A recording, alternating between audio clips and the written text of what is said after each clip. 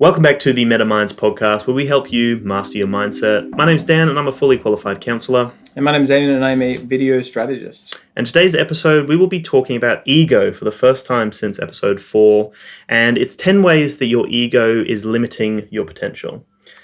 Yeah, really big one, I think. We love talking about ego on this podcast, and that's an egoic statement in itself. We love talking about ego on this podcast, mostly because we've had struggles with ego ourselves, and we think it's really valuable to others that potentially aren't aware of just how much your ego is affecting your life, because it literally affects every decision you make. Exactly. So it's literally just for us to look back on ourselves, talking about it. It's an ego reaffirming thing. It is. It's just for us, basically. Yeah. So, and as you say quite regularly as well, when it comes to the ego, we've got to thank our ego because it's doing its role. It's trying to protect you and keep you at that equilibrium in your mind. But sometimes it needs to be challenged or questioned or just to be aware of it. So try not to give it all away like I always do at the beginning. Let's dive into number 1.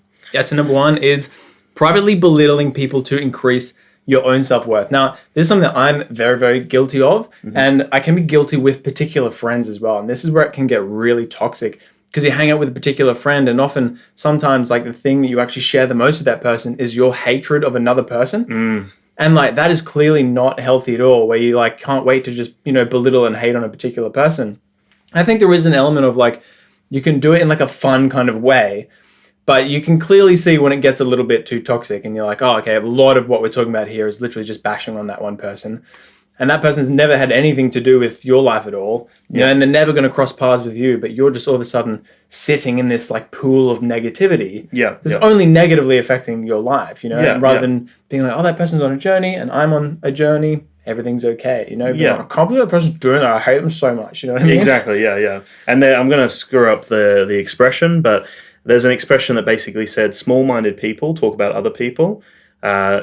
Great minds or good minds speak about events or things that have happened. And then exceptional or outstanding minds speak about what is possible in the future, like what dreams or aspirations you achieve. So that right there sums it up. Like small-minded people, which I'm not saying everyone's got elements. Whatever, man. I'm not small. But when people and you notice it quite commonly, like in previous jobs I've had, I have noticed that people who are in that mindset, they regularly go to that as a way of communication. It's to try to talk about someone else and to have a common enemy or someone who you're going to belittle, because in turn that's going to make you feel a little bit better about yourself. It's defending and protecting, and reaffirming your own status kind of thing, because you're like, that person's doing something that's better than me, whether it's in the same field as you or in a different field as you, but you just resent them for putting themselves out there. Yeah. And that's where a lot of internet hate comes from. For sure. You guys suck, I can't believe you're doing this. It's like, do you genuinely believe that the person you're commenting on sucks?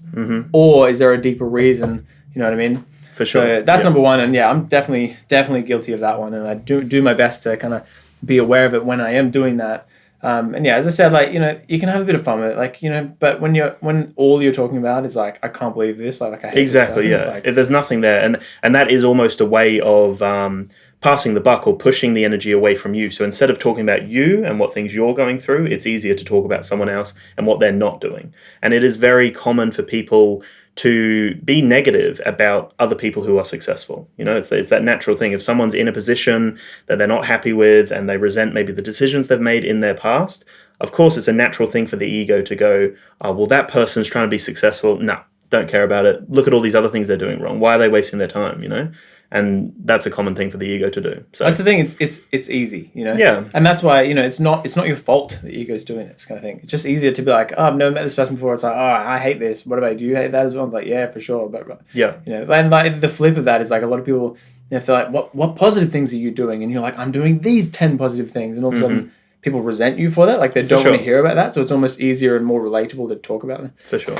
Anyway. Yeah. And another little quick thing on that as well is when people make these comments, they don't know the whole picture. They'll make this negative comment about this person's doing this, but they don't actually know any of the context. That you have no idea most of the time what other people's experiences are of life, right? Like, we never know that. I don't know what your experience of life is at any point, right? Like we may know each other, but I have no idea. So I've never met you before. I don't know. I'm Dan. So number 2, identifying with something. Now this is a huge one, and we could honestly spend a whole episode on this, and we probably should. And we will. But really, like, the whole kind of premise of the ego is that it identifies with particular things. Now, it can do that in a really healthy way. For example, I am a video strategist. If that was, if I didn't have an ego in the intro, I would say, I am human consciousness. That's me not identifying with it. Well, actually, you are. Me identifying with human consciousness. I could be an alien, dude. Yeah. But basically, I'm identifying with a role of somebody that, does marketing, that does video marketing for businesses. For sure. And that helps you, but can also hinder you because, you're identifying with that particular thing. So as soon as somebody questions that, or for example, if that role is taken away from you, then all of a sudden you have this feel anxious and you're like, what's going on? It's because part of your sense of self has just been stripped away from you. You know? That's it, man. And the funny thing that I immediately thought, which is a little meta, I guess, is identifying with nothing is still identifying with something, right? So even if you take a stance and you go, nothing, you don't have any connection to it, don't have any thoughts about it or whatever, or you just push it across as nothing, that's still identifying with something. That's still having a stand, right? So at any point, it's just common for us to identify. We're meaning makers. We identify with everything in our environment. That's how we make meaning and move forward. So I guess you can't avoid it. It's just something that's going to happen. So it's just being aware that you potentially have things that you identify more towards than other things. And is it helpful to identify fully with something? Or I don't want to ruin other points, or to loosely hold that thing, So if I identify with being a counselor or being a video guy, like you said, maybe later on I'll be a public speaker. Who knows? Perhaps, yeah. Well, to kind of build on that, it's like, it is a really, it's impossible for us not to be, otherwise we talk about you just be, if anyone's seen The Simpsons, like that Mr. Burns on the episode just floating through, they'd be like, that would be you being pure consciousness, right? You wouldn't be identified with anyone and someone would be like, hello, what's your name? And you just go, you wouldn't be of use to anybody or yourself even, so we do need to identify with things. We do need our ego. Yeah. It's helpful to us. And so, when you identify with a bunch of different things that are actually helping you and lifting you up, then that is a really positive thing.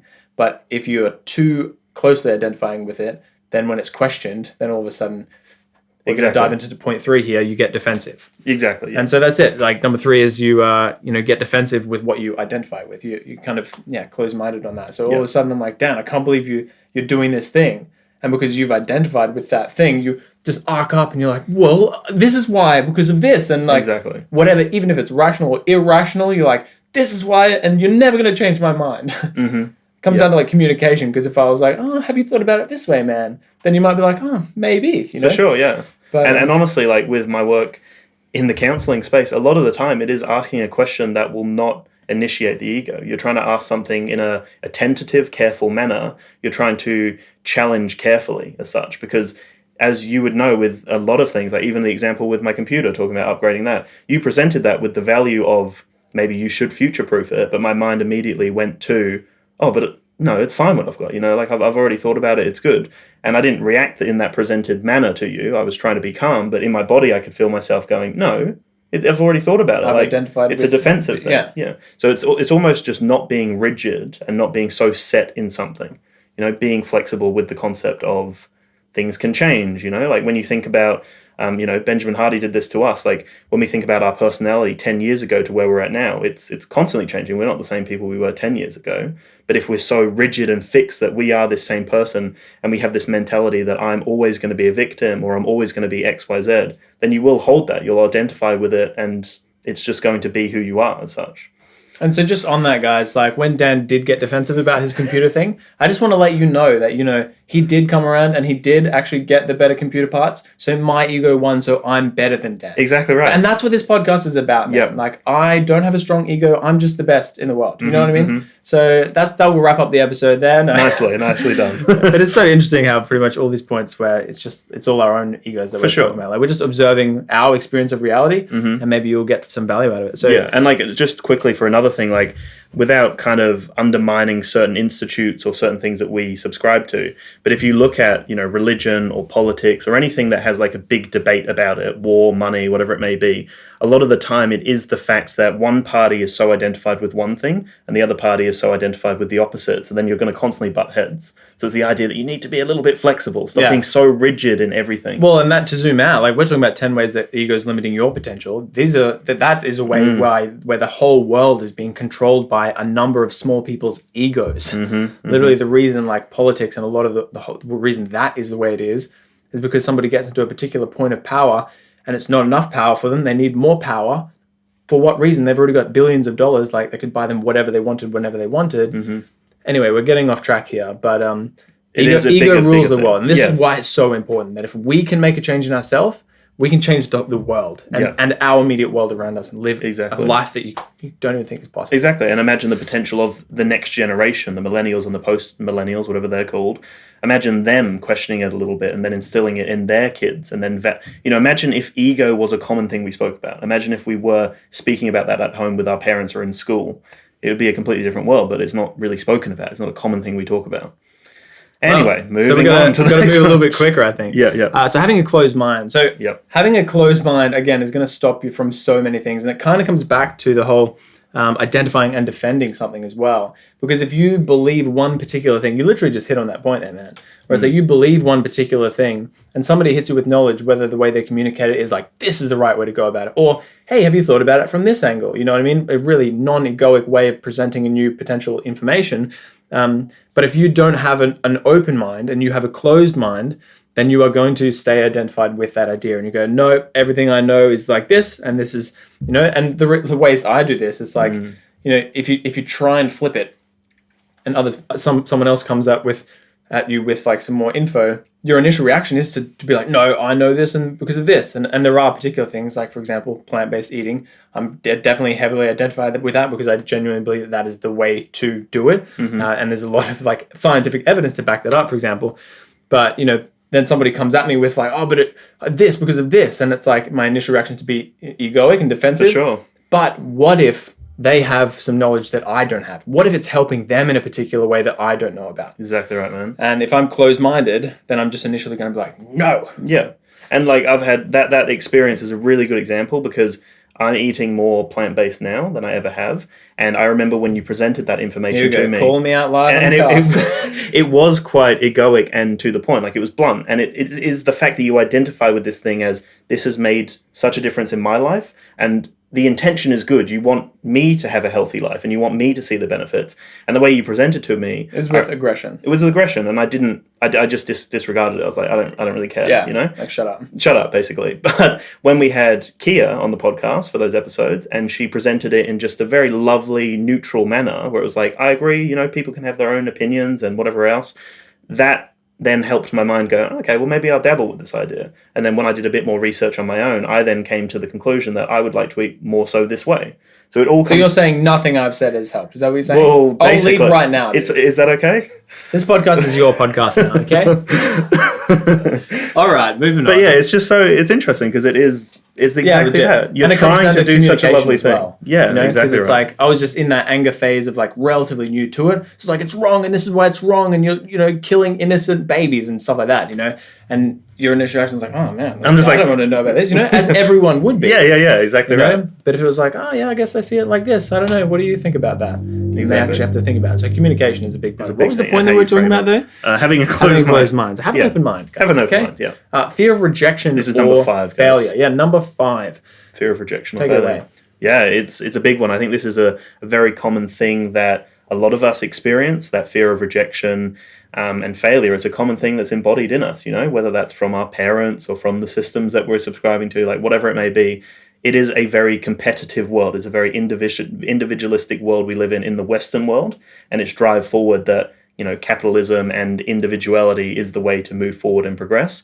So of course you're naturally going to have more of a rejection and failure mindset, but a counter to that is maybe collaborative mindset, instead of worrying about rejection and worrying that people are going to not accept your viewpoint or you're seen as a failure because you have this opinion.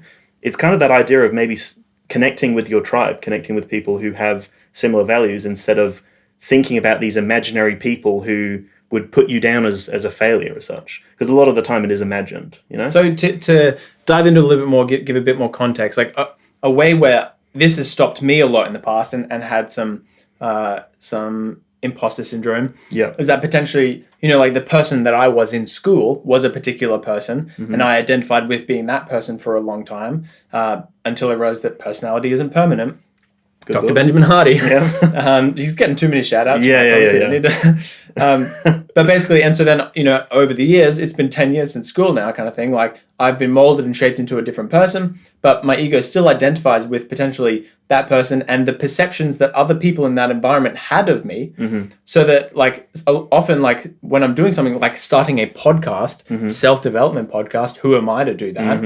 All of a sudden, I'm putting my views out there, trying to help other people, trying to help myself. But then, like, the imaginary people that I make up that try and stop me, that I'm afraid of rejecting me or making negative comments or thinking bad things, doing number one, privately belittling people to increase their own, which is what that ego reaction is these people from a past life 10 years ago that I think, have this perception of myself, that's the person that I'm like, oh, but if I put this out there, what will potentially that person think? And it's like, I haven't seen that person in 10 years. Exactly. And that's I'm a the completely point. different person. They're a completely different person. Yeah. Whatever they think or feel, or even if they comment on it, will never, ever affect me. Exactly right. But my ego still stops me. It's like, oh, maybe don't do that, man, because what if someone thinks a particular What happens if Joe Blow from 10 years ago, who I saw in the schoolyard, said this thing about me? And the reality is that the type of person you want in your life anyway? Have you connected with this imaginary person in the last 5 years? Probably not. So it's almost peeling it back and going, what am I actually fearful of? Yeah. Like, what is it I'm actually worried about? And, like, we don't want to take away from it. It's a very, very valid thing. Like, again, it's your ego trying to protect you, because it's like, if you're not accepted socially, then, this is the main fear these days, because we're not going to get eaten by tigers often. I mean, I don't know. There is a tiger out there. There is a tiger. Yeah, what's going on with that? That thing up, dude. Yeah. But, we're more afraid of social rejection than we are of, like, physical of course, fears now. As humans, one of our needs, our urges is belonging, right? So that's where it's coming from for the most part. We're worried that we're not going to belong and that we'll be rejected. So like you said, it's coming from a good place, and it's our ego. So pat your ego on the back for trying to help you out. Bud, thanks, man. Thanks for that, but it's probably not relevant. I'm trying to do this to help other people or whatever it may be. So. And often, like, with that one, when you actually do take this step and you do the thing, you see that you never actually experience any of that potential pain that you thought you were having. Yeah, exactly. Which then gives you confidence to kind of do it again. Yeah. So one way that, is ego is limiting your potential is your fear of rejection. So if you take that first step, do that thing, it's going to perpetuate, like, I don't know what that word was. Perpetually push that narrative in your mind. Yeah, cool. So number 6, revolving the conversation around you. Now, I never revolve the conversation around me. I never do this. Dan's always trying. So, like, guys, have you ever noticed when you're in a conversation with somebody and they're talking and you have this thing right here and you're like, just shut up so I can say this thing. And they finish that. And then all of a sudden the conversation kind of changes a bit and you're like, but I don't get to say the thing that I was ready to say. You're not listening to that person. Exactly right. You're just waiting for your turn. You want to push your own agenda and you everybody's guilty of this. Of course, yeah, it's a natural thing. And it's quite a common way for people to communicate. That's the only way that they can relate to other people, through their own experience. So for those people, they can't actually see through the eyes of someone else. So it is quite a common thing for people to think that. Something really magic happens when you're actually having a conversation with somebody. And if you can see that little thing right here that's just dying to get out of your brain, and you just push that aside, and you're not identified with whether you say that or not, that's just a thought you have on what they're saying right now. But okay, push that aside and just focus on what that person is saying. And, like, the actual conversation and kind of the energy and the magic that kind of comes out of that, it's like nothing else, really. Exactly That's true human connection right there.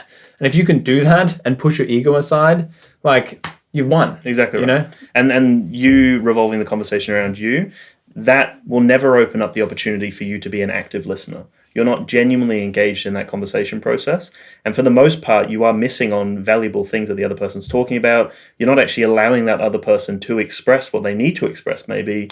And in turn, it's just going to create very surface level conversations. And it's just going to keep going back and forth where you're trying to find an opportunity to speak. And if you're friends with that person and you're doing that a lot, or they're doing that a lot, like perhaps you have noticed a friend of yours doing this a lot, then all of a sudden, like, there's going to be this imbalance, and that person's going to be like, oh, I don't really know what that is, but I don't really want to hang out with that person because it doesn't really feel like we're having an even, It's like all about that person. Exactly. We all have that one friend, okay? Yeah. And, like, again, there's nothing wrong with it. They're just like being the dominant, the center, the talking, Yeah, exactly. And I'm that a lot. I do that a lot, And it's the way that their communication style and their brain has developed. So again, it's just something that has happened, And you don't have to be completely hard on yourself and go, I'm that person. Wow, that's so terrible. Like, recognizing that is probably the most powerful thing. Yeah, recognizing that you do that. That's taking So if a you step can be to get aware, from then it. you will crush through that potential. You know? Yeah, for sure.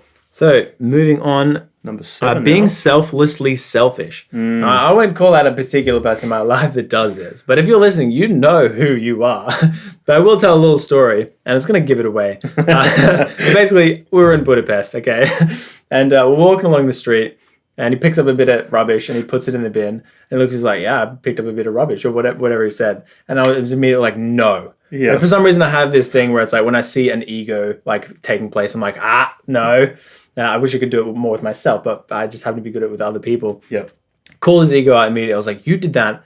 And then you would immediately ask for external validation. You're being selflessly selfish. You're like, look at this good-natured thing that I did. Can you validate it? Mm-hmm. And it's like, when you're doing it for that reason, then it's like, ooh, it's, because that's all ego, bro. Yeah, you're doing it for external validation. But then to get another level meta, if you do that and then you actively don't look for external validation, then you reward your own self and props up your own ego because you didn't look for that other validation.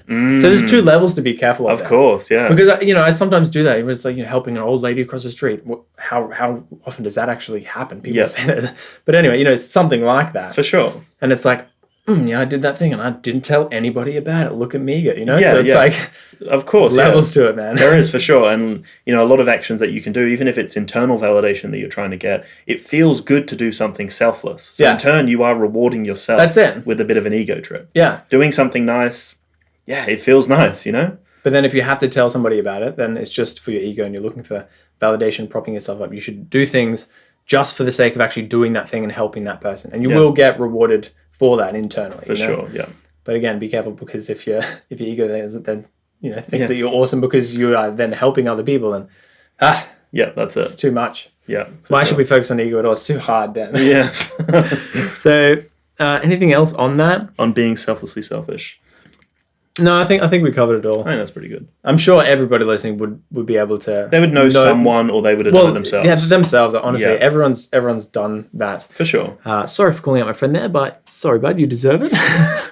Rehearsing alternative scenarios. Oh my god. Yeah. I do this so much, man, and it's really hard to stop, especially if you have an active mind. Mm-hmm. So to dive into what I kind of mean about that is that either something has happened in the past, or you feel a particular way about a person, and you basically rehearse a scenario in the future or in the past. Mm-hmm. So it literally happened to me the other day.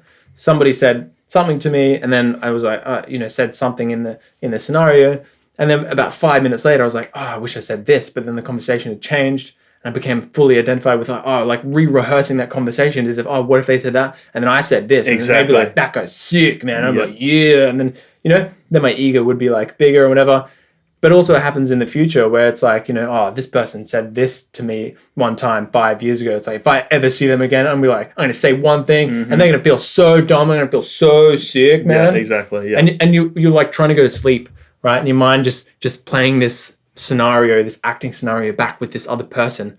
It's just not helpful at all. It's not relevant. It's a lot of resources. Bringing you down. Yeah, for sure. It's a lot. And it is very common for people to have that experience. Like the one that you explained really resonates with me, where you will leave a particular situation and you'll be kicking yourself that you didn't say a particular thing, or that you let that other person say something. Yeah, or, it's a common thing, because in hindsight, you think, of course, what you could have done or what you should have done, but recognizing that in the moment, sometimes things just happen, or the conversation changes, or whatever it may be. Things are fluid in a conversation. So just like your gender.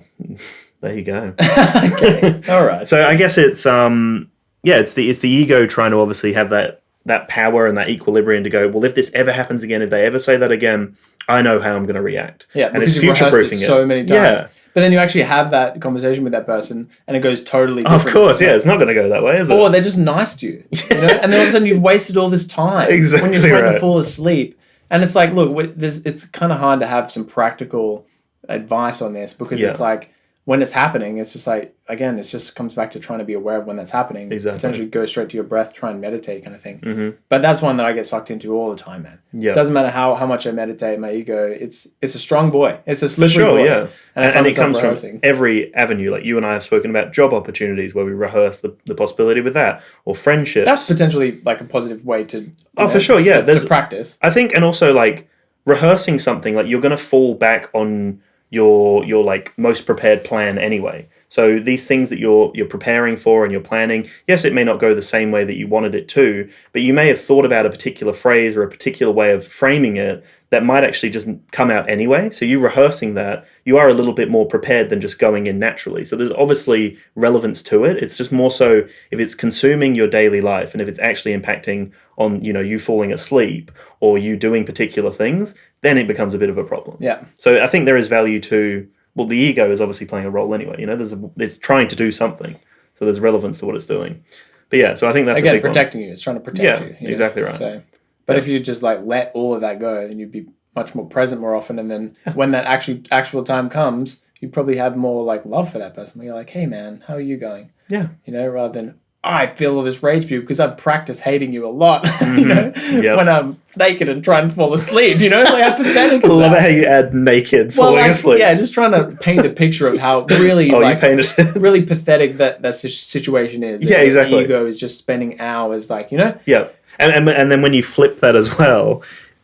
A lot of the time it happens as well where you'll over-rehearse something, you'll overthink something, and then when you finally have the opportunity to bring it up with that person, or you finally have that conversation, for the most part, they have no idea. They're not thinking about it for the most part. Yeah, that's it. And they're just like, oh, I didn't realize that was a thing. I'm really sorry. And then all that prep you've done, you're like, oh, okay, that's cool. So what I'm hearing from that is, man, that like, basically, you make a scenario bigger than it actually is. One person said a particular comment one time, and maybe they were having a bad day, or they said it in a way, and then you took it in a particular way, and then because you spend an hour or 10 hours rehearsing you coming back onto that thing, rather than just hitting that person like, hey man, you said this thing, I feel a little bit weird about it. Like, did you mean it like this? I just want to be sure because I'm feeling a bit weird about it. I don't want to be sure that we're, But it's so easier for you to just rehearse that. And all of a sudden, you make this huge thing. This is another kind of point almost. There you go, 8.5. You're getting lucky, guys. There you go. That it's like you make something bigger than it actually is because you've built up this scenario in your head. Yeah. So guys, just while we're on this point, if you have experienced one of those at all where you have this rehearsing scenario, please let us know in the comments or let us know on an iTunes rating or whatever app you're on in the rating or a video message on Instagram. We'd love to hear from you guys. So if you've experienced that, hit us with a story of when you've done that because we'd love to have a bit of a laugh about it together. So moving on. Yep.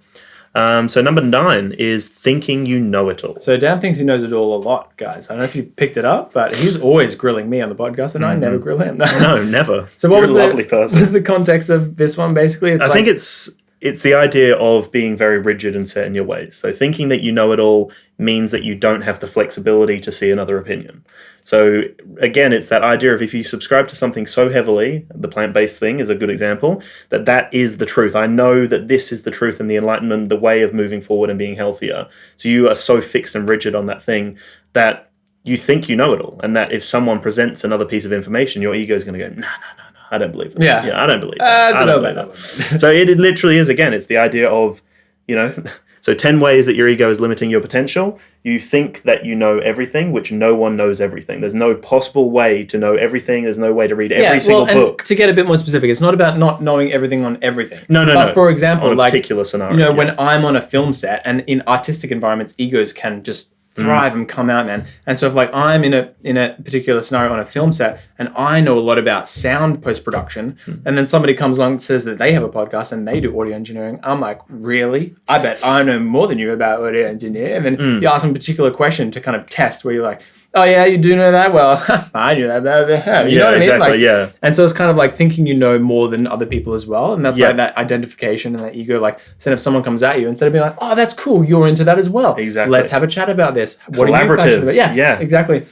Instead, you're like, I know more than this person needs to get out of my space. Like, they're killing my vibe. And what was the other, the flip of it that you were talking about with your counseling model going in with a... Yeah, so it's the idea of staying in that beginner mindset or that student mindset. So, there was an example with my previous work where I interacted with someone who had more knowledge in the role, and even though I had more qualifications than them, so on paper I had more status as such, quotation marks for people listening, I recognized that they had more experience in this role, so therefore they could be my teacher. They could help me through this process. I could have gone in very closed-minded and gone, I know what I'm doing, I don't need to listen to you. But me being that way, I actually learned so much from that person, and I really valued the conversations I had with that person because they actually helped me in this particular role, which in turn helped my own development anyway. So it's that idea, similar to what you said on a film set or in a studio when you're producing music. It's the idea that yes, you think you know quite a lot, and this person may know a lot as well, but I'm sure that you can learn from each other. Like if you go in with the idea that, hey, like I know quite a lot about Final Cut Pro, like what kind of things do you do? Or what shortcuts do you use? Or whatever the example may be, there's potential to learn and grow with someone else instead of knowing it all and thinking that you know everything about a particular software or a particular way of being. Well, and that's it, because the other thing is, often when I'm in that scenario, I can often almost embarrass myself by I think that I know so much, and then it's revealed that actually this person's been doing this for 40 years or something like that. Then all of a sudden my ego that was so identified with this thing just is actually and he gets more defensive because it's how do I actually show that I do know more than this person, even though they've just proved that they know more than me, So it's again, if you approach it from I wonder what wisdom this person has that they could bestow on me. Yes. Because they might learn something from me, I might learn something from them. And it's that curious kind of mindset rather than that I know it kind of mindset. It's not easy. And it's not easy at all. No, not at all. This is the whole thing that we're talking about here. This moves us nicely onto number 10. Final point. Is that... Well, 10.1, dude. 10.1, 10.5, whatever. 10.5, whatever, yeah. The number one way that your ego is limiting your potential is by not being self-aware. And we've probably said it 10 times in this podcast alone. Naturally. Because if your ego is doing anything and you're back here observing your ego, it's just throwing thoughts into your brain. Thoughts just appear out of consciousness, as Sam Harris says. And then your ego attaches itself to thoughts and goes, I like that one. I'll take that on. And that's part of my identity. I like that one. But if you just saw these thoughts happening, the stream of consciousness, and then you picked the ones that were useful to you and threw away the other ones, then you would be this crazy present being. Fortunately, it's not that easy. But if you're self-aware and you can see these things as they happen, you're not going to be able to do it all the time. No, exactly. But if and when you do it, that's when you cultivate this self-awareness for your own ego. Yeah. You see just how much it affects your life. Yeah, exactly. And even if there's anything from the 10.5 points that we've made so far, it is just recognizing it could be that step towards some sort of meaningful change or some sort of collaborative way of being with another person. So it is that idea of a good example of that is the revolving the conversation around you. That's a really easy one to recognize if you are attuned to that concept, because like you said, and everyone naturally has that idea because we are human beings. We're trying to relate with other people. So when you feel that thought come around to the front and they've made a comment about something, you're resonating with that, you want to blurt that out to them. It's just recognizing that, and instead of interrupting them, just letting the conversation go, because that person is clearly saying something for a reason, and you coming in and interrupting their flow, that's not helpful for anyone. The conversation's going to go stale then, or then you're talking about yourself again. So it's just trying to recognize it is hard, but probably the early step that will help you on your journey towards questioning your ego or recognizing your ego, which is just going to make a better life for you. Yeah. And the other thing is when you see, this is something that really I need to practice. When you see other people's ego, I mentioned for some reason I can see when other people's ego is doing a particular thing. Instead of being I call that ego out, because then again, that's my ego. Right? Then instead approaching it from a loving point of view of I noticed that person's ego was the reason they said or did that particular thing. And that means that their ego is trying to protect them or make them feel good about a particular thing. So if they've embarrassed themselves or whatever the situation is, instead of approaching it from a loving point of view, being that's really cool, man. And you can kind of guide the situation rather than being your ego did that, you suck. You can guide the situation to help them potentially realize that it was their ego and help them grow and develop in that situation if you approach it from a bit more of a loving point of view. But instead it's my ego feeling good because I've pointed out their ego. Yeah. So you are not your ego. Egoception. Egoception. Ego metaception. I think, look, we've covered off on a lot of points here, guys. And if you've gotten any value out of it, please chuck us a rating on iTunes or any other app with potentially whose ego is bigger? Which one? That would be a nice God one. knows it's going to be me. Maybe we should put a poll on our Instagram Yeah, story. we will actually. There you go. But yeah, if anything in here has resonated with you, if there's any story that really clicked with you as something that you're maybe a culprit of doing, we would love to hear that. Because as we mentioned throughout this, we are not, absorbed from this idea. Like, this is still something we constantly come up against. Day to day. You can't get rid of the ego. No. That's something that you will not get rid of. It will be there. Yeah, and the funniest thing is, like, when you think you're getting a handle on it over a period of weeks or months, yeah, I know. Then something will happen, and you're like, "Oh my God, my ego's been in control the whole time." Mm-hmm. Just when you think you're like, "Oh yeah, I'm going to be a bit more present in whatever, I'm being good," I mean, your slippery ego has actually been in control the whole time. Yep. You will never escape it. It's the biggest battle you have on a day-to-day basis. And while we're on that note, we're Audible affiliates. Yes. So you can jump on Audible, have a book on us, and one that I would recommend by Ryan Holiday. Any of his 3 books, but one of them is called The Ego is the Enemy. That's actually the one that I haven't read. Cool. But he's got 2 others. Stillness is the Key, and The Object is the Way. Mm-hmm. But he's basically talking about philosophers and Stoics throughout all of history and how they've kind of dealt with a lot of these particular scenarios. Great. So jump on, grab that if you're interested in more ego stuff. But thank you very much for listening and getting meta with us today. And that's it. Yeah, cheers. Thanks, guys. See you next time.